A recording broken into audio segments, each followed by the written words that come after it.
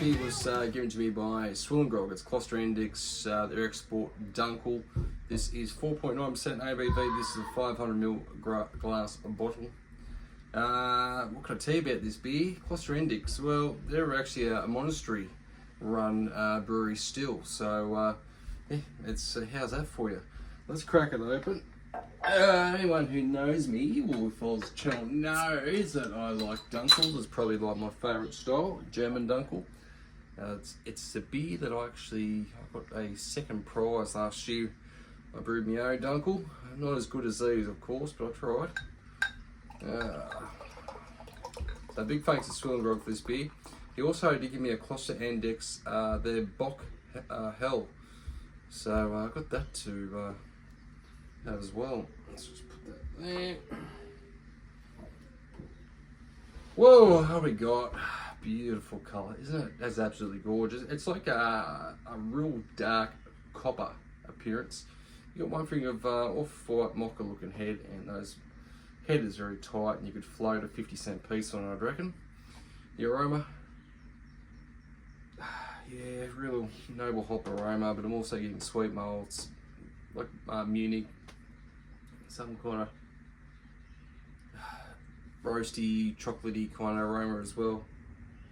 Yeah, it smells great. The appearance looks fantastic in this dimple mug, and let's get into it. So cheers, you all. Cheers to SwillinGrog.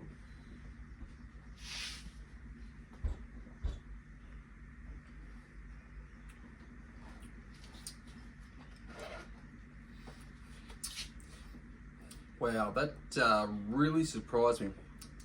It looks kind of sweet, but it's not. It's pretty first to go. It's got a pretty good balance. I get a lot of breadiness. I'm getting a real kind of Dunkel notes of the caramel, some bread. It's actually really drying up.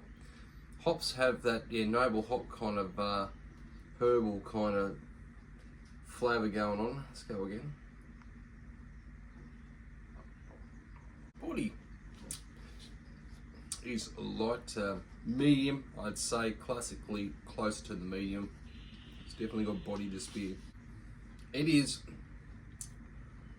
comparing to something like a Weihenstephaner Dunkel, I know a German Dunkel you can get pretty much anywhere at Dan Murphy's. I'd say it's just dialed back a little bit with the flavours, to me personally. Let's just top this up. Well, you're getting a little bit of fruitiness, probably there from some estery from the fermentation. Maybe a touch of a touch of fruit cake there. Maybe something like kind of a rich bit, a little bit of pudding there, fruit pudding, which is in Australia is like fruit cake. Christmas pudding, maybe a touch of that there. Getting that breadiness as well though. Light caramel is still there. Bitterness is very mild. It's only, I looked it up actually, the details. Website's actually pretty good. It's in English too. The IBU was 18. I think it was about 18 IBUs. So that was good information. They actually, if you go and look at their website, yeah, all in English. Really interesting. You don't get that a lot of stuff with some of the German breweries. So fair enough, they're in German, but it's handy when they're in English. Yeah, like I say, I want to stick to that.